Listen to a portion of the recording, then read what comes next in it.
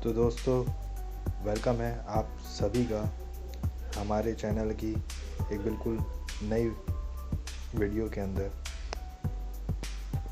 जहां पर हम बात करने वाले हैं सनी देओल की एक बिल्कुल ही लेटेस्ट मूवी की स्टोरी के बारे में। इस मूवी का नाम है जाट, जो कि इंडिया में अभी कुछ ही दिन पहले रिलीज़ हुई है। अगर हम बात करें इसके जॉनरा की, तो ये एक्शन थ्रिलर मूवी है जिसका रन टाइम 2 घंटे 38 मिनट है। बाकी अगर मैं मूवी की बात करूं तो मूवी को बहुत अच्छा रिस्पांस मिल रहा है। लोग इस मूवी को और इस मूवी के एक्शन को बहुत ज़्यादा पसंद कर रहे हैं। तो दोस्तों, अगर आपने अभी तक इस मूवी को नहीं देखा है तो मैं आपको रिकमेंड करता हूं कि आप इस मूवी को ज़रूर देखें।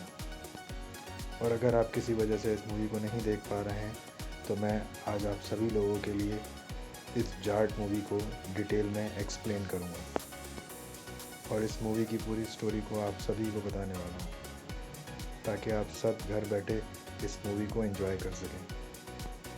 तो दोस्तों, ये वीडियो बहुत बढ़िया है, इस स्टोरी को आखिर तक ज़रूर देखें। और अगर आपको ये वीडियो पसंद आती है तो मुझे लाइक ज़रूर करना और कमेंट के अंदर जाट या सनी देओल ज़रूर लिखना, ताकि हम सबको भी ये पता लग सके कि आपको ये वीडियो पसंद आई है। और जिन लोगों ने अभी तक हमारे चैनल को सब्सक्राइब नहीं किया है वो सब हमारे चैनल को सब्सक्राइब कर लेना और बेल आइकन के बटन को ऑल पे सेट कर लेना, ताकि आपको हमारी लेटेस्ट वीडियोस मिल सकें। तो फिर चलें, आज हम बग़ैर किसी देर के आज की इस कमाल की वीडियो को डिस्कस करते हैं।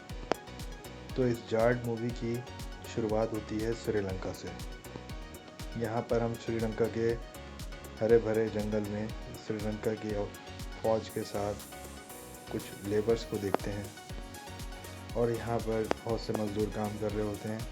और यहीं पर हमारी मुलाकात होती है कहानी के मेन विलन रणवीर हुड्डा से। हम ये जानते हैं कि इन मज़दूरों में एक मज़दूर रणवीर हुड्डा भी है, जो अपने 3 भाइयों के साथ यहाँ पर काम करता है। और इस मूवी के अंदर रणवीर हुड्डा का नाम होता है राणा टूंगा। इस मूवी में रणवीर हुड्डा का एक भाई भी होता है जिसका नाम होता है समोलू। इन सब मज़दूरों को श्रीलंकन आर्मी ने जो अपने काम के लिए बुलाया होता है, बेसिकली वो कोई खुदाई करवा रहे होते हैं, क्योंकि इनके पास ये इन्फॉर्मेशन होती है कि यहाँ पर बहुत ही कोई कीमती चीज़ें छुपी हुई हैं।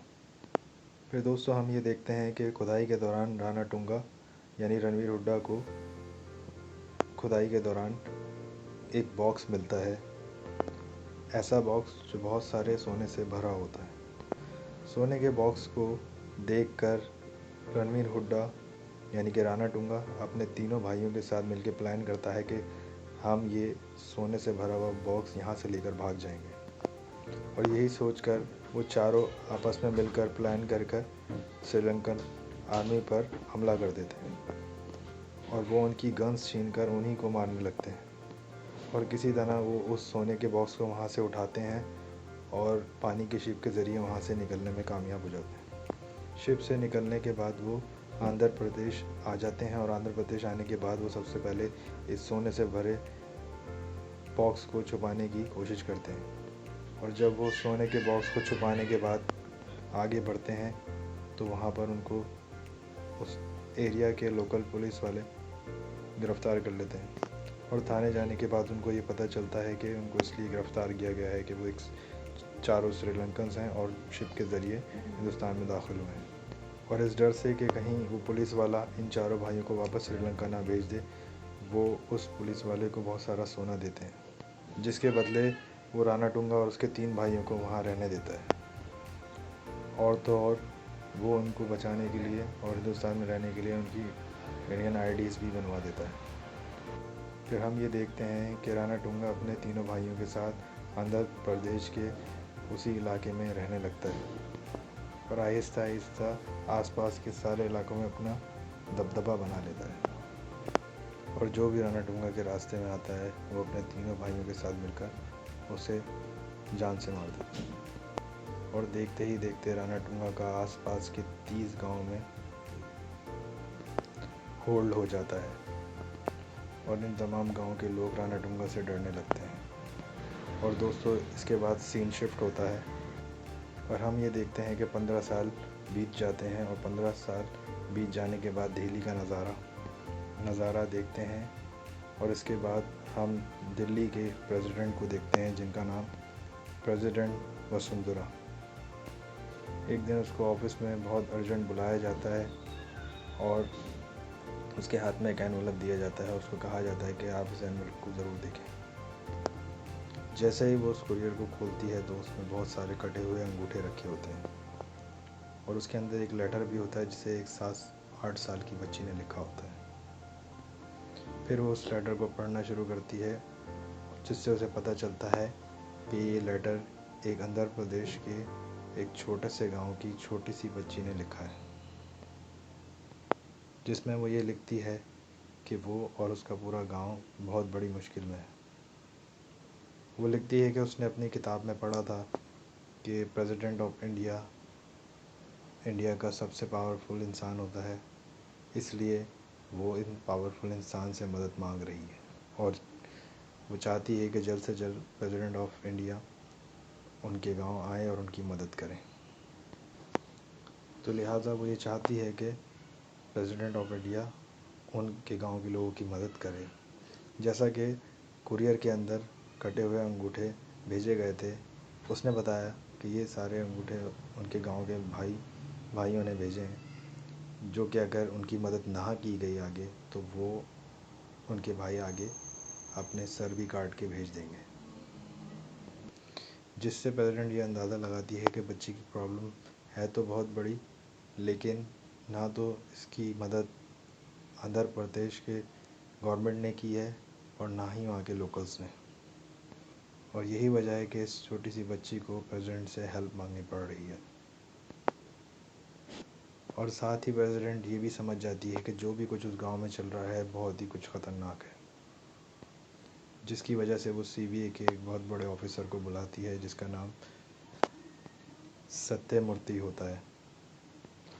वो ये सारी बातें सत्यमूर्ति को बताती है और उसको उस गांव जाने के लिए कहती है और तमाम स्पेशल पावर्स उसको प्रोवाइड करती है ताकि सत्यमूर्ति उस गांव में जाकर तमाम सच्चाई का पता कर सके और इसके बाद ये सारी इन्फॉर्मेशन लेकर वो प्रेसिडेंट को आकर बताए।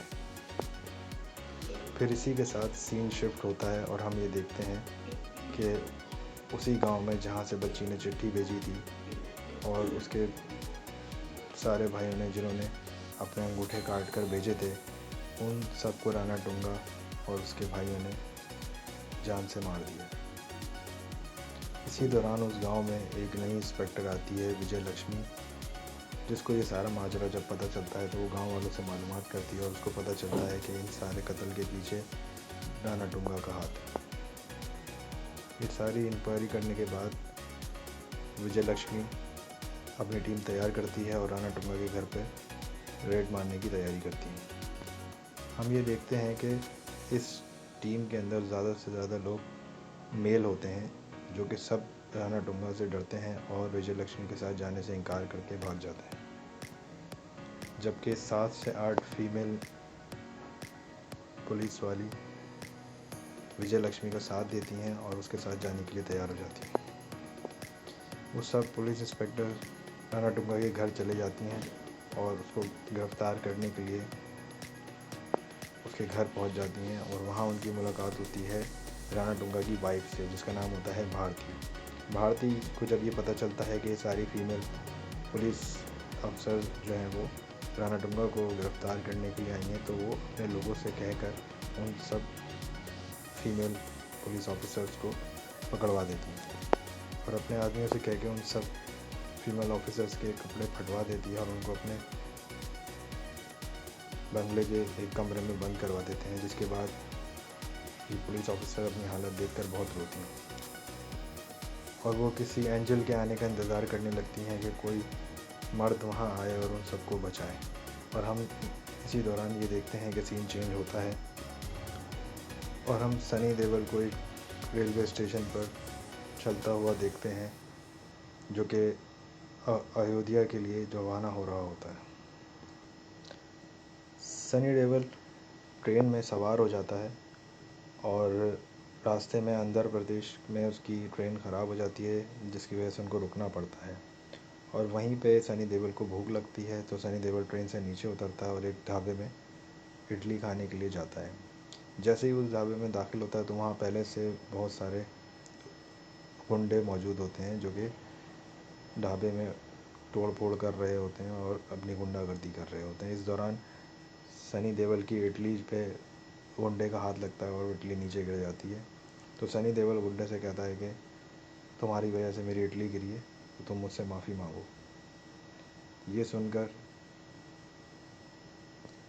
ये बात सुनकर गुंडा जाट पर हंसने लगता है और उसको वहाँ से जाने के लिए कहता है। ये सुनकर जाट को गुंडे पर बहुत गुस्सा आता है और वो उसको चांटा मार देता है, जिसके बाद तमाम गुंडे जाट पर हमला कर देते हैं।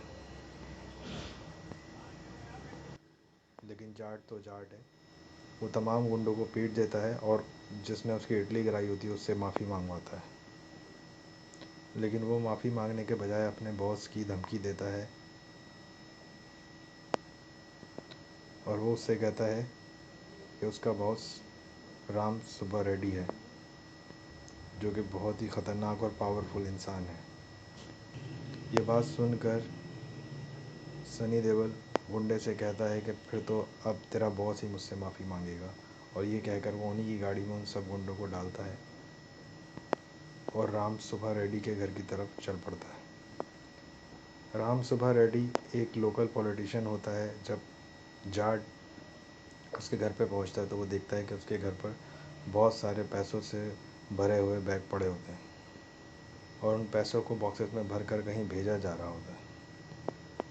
जाट उसके पास जाता है और उसके सारे गुंडों को उसके पैरों में फेंक कर बोलता है कि अब तू मुझसे माफ़ी मांगेगा।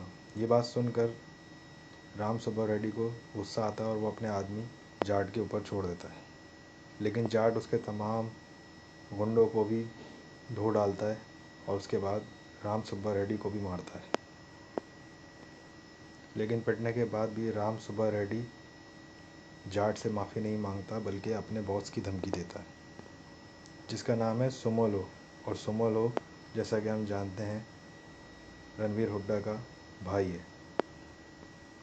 ये सुनने के बाद जाट उससे कहता है कि ठीक है, फिर अब सुमोलो ही उससे माफ़ी मांगेगा। अब फिर से जाट राम सुब्बा रेड्डी और उसके गुंडों को गाड़ी में डालता है और सुमोलो के घर पर चल पड़ता है। फिर दोस्तों हम ये देखते हैं कि सुमोलो एक सरकारी ऑफिस में मौजूद होता है और वहाँ पर सरकारी ऑफिसर्स को उसने बिठा रखा होता है, जिनसे अपने गुंडों की मदद के ज़रिए वो स्टैम्प पेपर पर जाली साइन करवा रहा होता है। साथ ही उन पर नकली स्टैम्प और नकली साइन भी करवा रहा होता है। जैसे ही जाट वहाँ पहुँचता है और जाट समोलो के पास जाता है और उससे माफ़ी मांगने को कहता है, तो समोलो भी हंसने लगता है और उस पर हमला कर देता है। तो जाट समोलो को बहुत मारता है और उसके सारे गुंडों को भी मारता है और उसके बाद उससे माफ़ी मांगने के लिए कहता है। तो समोलो उससे माफ़ी नहीं मांगता, जबकि वो कहता है कि तुम मेरे भाई को नहीं जानते, वो एक ख़तरनाक आदमी है। ये सुनकर जाट कहता है कि अब मुझसे माफ़ी राणा टूंगा ही माफ़ी मांगेगा। तो फिर दोस्तों वो समोलो और बाकी के सारे गुंडों को गाड़ी में भरता है और राणा टूंगा के तरफ चल पड़ता है। और जैसे ही जाट राणा टूंगा के घर पर आता है तो समोलो अपने भाई को सारी तफसील बताता है, जिसे सुनकर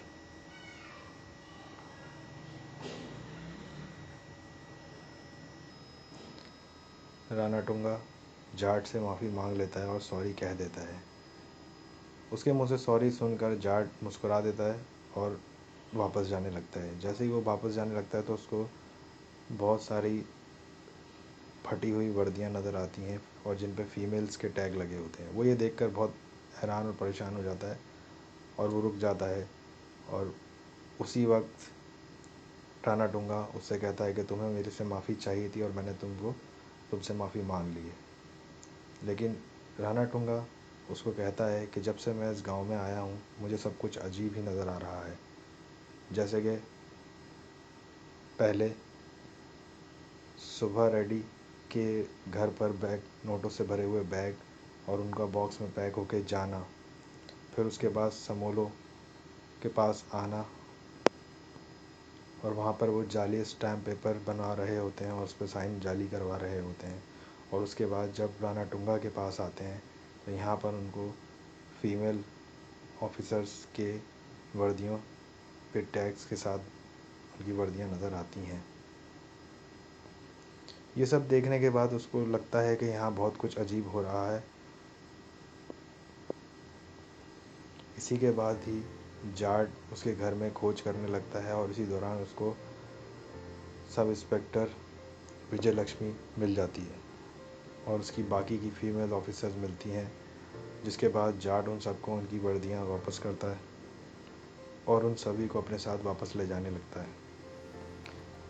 राणा टूंगा जाट को कहता है कि तुम इन सब लड़कियों को ले जाना चाहते हो तो बेशक ले जाओ, लेकिन यहाँ आसपास के जितने भी गांव हैं सब पर उसका बहुत ज़बरदस्त होल्ड है, तो इसलिए यहाँ पर सिर्फ उसका ही राज चलता है कि अभी तो वो इन लड़कियों को यहाँ से ले जा रहा है, लेकिन शाम को वो इस सबको लेकर वापस आएगा और अपनी जान की गिड़गिड़ा कर भीख मांगेगा। जाट उसकी बात को इग्नोर करता है और लड़कियों को लेकर वहाँ से चला जाता है। इस सब के बाद ही राणा टूंगा की माँ उससे पूछती है कि जाट ने उसके छोटे भाई समोलो को इतना मारा और राणा टूंगा ने उसको इतने आराम से कैसे जाने दिया।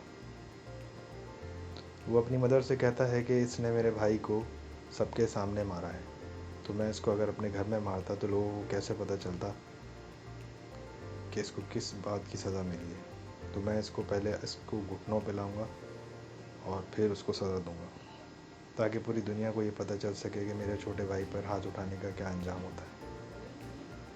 अच्छा दोस्तों, यहाँ पर मैं एक बात बताता चलूँ कि जब राणा टूंगा श्रीलंका से भारत आया था तो साथ में उसकी माँ और बीवी नहीं थी, फिर अचानक वो कहाँ से आ गई। तो दोस्तों, जब राणा टूंगा यहाँ पर बहुत पावरफुल हो गया और जब उसके सोर्सेज बहुत ज़्यादा बढ़ गए तो उसने श्रीलंका से अपनी बीवी और वालदा को भी बुलवा लिया था और फिर वो उसके साथ रहने लग गई। जैसे ही जाट उन लड़कियों को लेकर रास्ते में जा रहा होता है तो रास्ते में ही राणा टूंगा के आदमी उस पर हमला कर देते हैं। खैर, जाट राणा टूंगा के सारे आदमियों को मार तो देता है, लेकिन उन लड़कियों में से एक लड़की जो है वो शदीद ज़ख्मी हो जाती है। तो उस लड़की को बचाने के लिए गांव में चले जाते हैं करीबी, और वहाँ जाके वो देखते हैं कि पूरा गांव खाली पड़ा होता है। एक बुढ़िया औरत वहाँ से आती है और उस लड़की के लिए पानी लेकर आती है, लेकिन वो पानी पीने से पहले ही लड़की मर जाती है। ये देखकर सब लड़कियों और जाट को बहुत दुख होता है।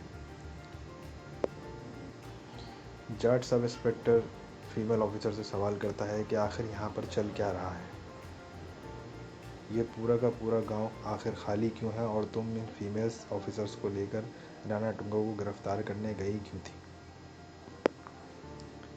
तो फिर सब इंस्पेक्टर जाट को बताना शुरू करती है कि किस तरीके से राणा टूंगा के आदमी गांव में किस तरह अपनी दहशतगर्दी फैलाते हैं और हर गांव में जो है वो नौजवानों को किस तरह कत्ल करते हैं। इसी सिलसिले में कल भी उन्होंने बहुत सारे नौजवानों को कत्ल किया था और उनके सर धड़ से अलग कर दिए गए थे।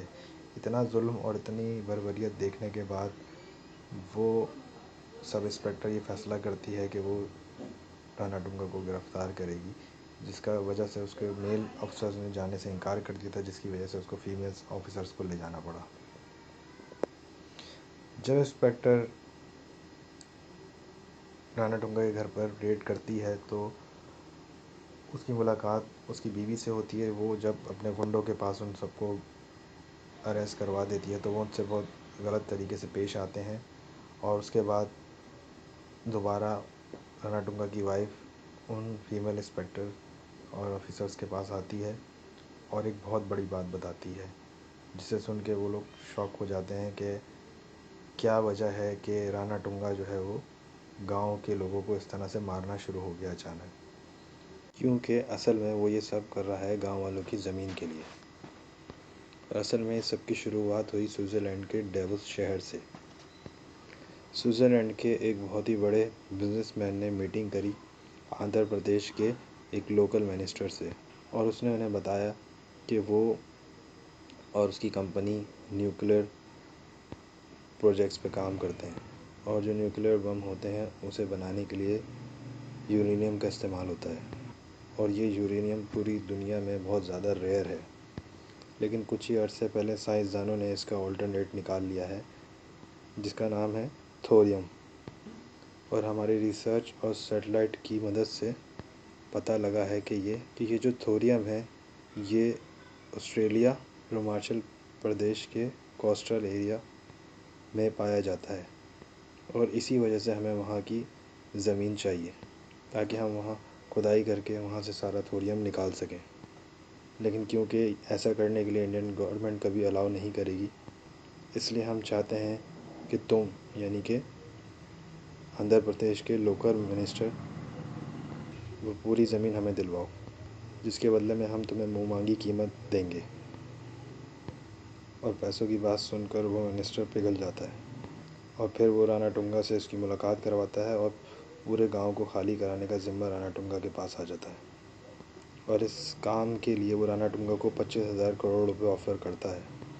इतना सारा पैसा देखकर राणा टुंगा मान जाता है और आसपास के 30 गांव को खाली कराने के लिए वो जिम्मेदारी ले लेता है, ताकि उसके बाद वो साइंटिस्ट वहाँ की ज़मीन की सारी थोरियम निकाल सकें। इसलिए वो वहाँ के लोगों को डराता धमकाता है ताकि वो लोग सारी ज़मीन उसके नाम कर दें। जो शख्स भी ज़मीन नाम करने के लिए राज़ी नहीं होता उसे राणा टुंगा या तो ज़बरदस्ती अंगूठा लगवा देता है या फिर जान से मार देता है, और उसको मारने के बाद उसकी ज़मीन के जाली पेपर्स बनवा लेता है। इसी तरह से वो धीरे धीरे करके पूरे गांव को हथियाने लगता है। और दोस्तों, हमें यहीं पर ये पता चलता है कि वो जो छोटी बच्ची ने एक लेटर लिखा था वो भी इन्हीं में से किसी एक गांव की थी। इसी वजह से कि राणा टुंगा उनसे ज़बरदस्ती अंगूठा ना लगवा ले तो उन्होंने अपने अंगूठे काट कर प्रेसिडेंट को भिजवा दिए थे। इसीलिए उन्होंने प्रेसिडेंट से मदद की रिक्वेस्ट की थी। उसके बाद उसने वो अंगूठा काटने वाले तमाम लोगों को मार दिया होता है, जिसके बाद सब इंस्पेक्टर राणा टुंगा के घर पे छापा मारती है, जिसको बाद में उसकी बीवी अरेस्ट करवा देती हैं उन सबको, और जिसके बाद उनके साथ बहुत बदसलूकी की जाती है। इसके बाद ये कहानी यहीं पे एंड हो जाती है। जाट ये सारी कहानी सुनने के बाद फैसला करता है कि वो पूरे गांव को राणा टुंगा के इस जुल्म से बचाएगा, और जिन लोगों के बच्चों और बच्चियों को उसने मारा है उन सब का बदला भी वो लेगा, और राणा टुंगा को भी ख़त्म करेगा। और इसके साथ ही राणा टुंगा इन सारी लड़कियों को लेकर पुलिस स्टेशन पहुंच जाता है और वहां पर सारी कहानी उनको बताता है और उनसे कंप्लेंट लिखने को बोलता है।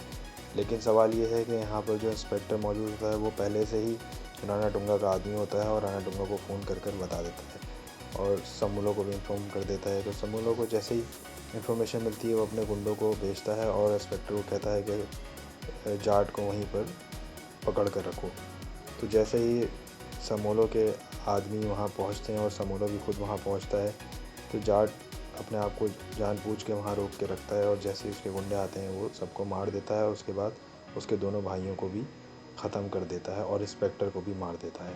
ये खबर जब राणा टुंगा को मिलती है तो वो थाने आता है और अपने दोनों भाइयों की लाशें देखकर उसको बहुत गुस्सा आता है, और वो भी ये फैसला करता है कि अब वो जाट को नहीं छोड़ेगा। हालांकि दोस्तों, इन सभी के बीच में हमें सीबीआई ऑफिसर सत्यमूर्ति भी नज़र आता है, और हम ये जानते हैं कि वो भी आंध्र प्रदेश पहुंच चुका है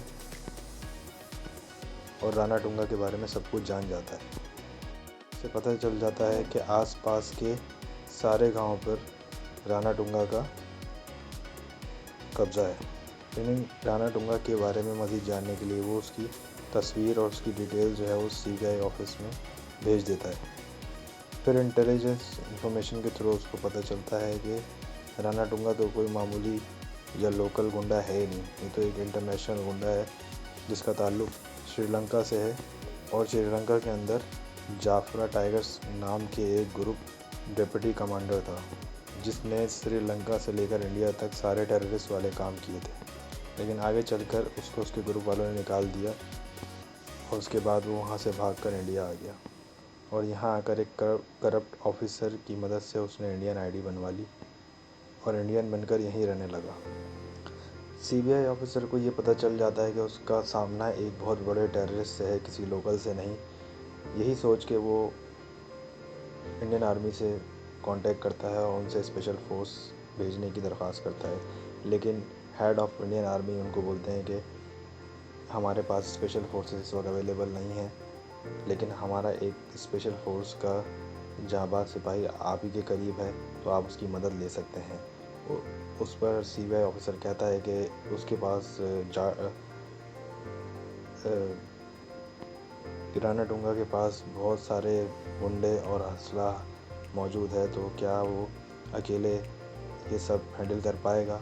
जिस पर इंडियन आर्मी के हेड कहते हैं कि वो स्पेशल फोर्स का जांबाज ऑफिसर जो है वो अकेले ही पूरी आर्मी के बराबर है और उसने बड़े बड़े केसेस जो हैं वो अकेले सॉल्व किए हैं।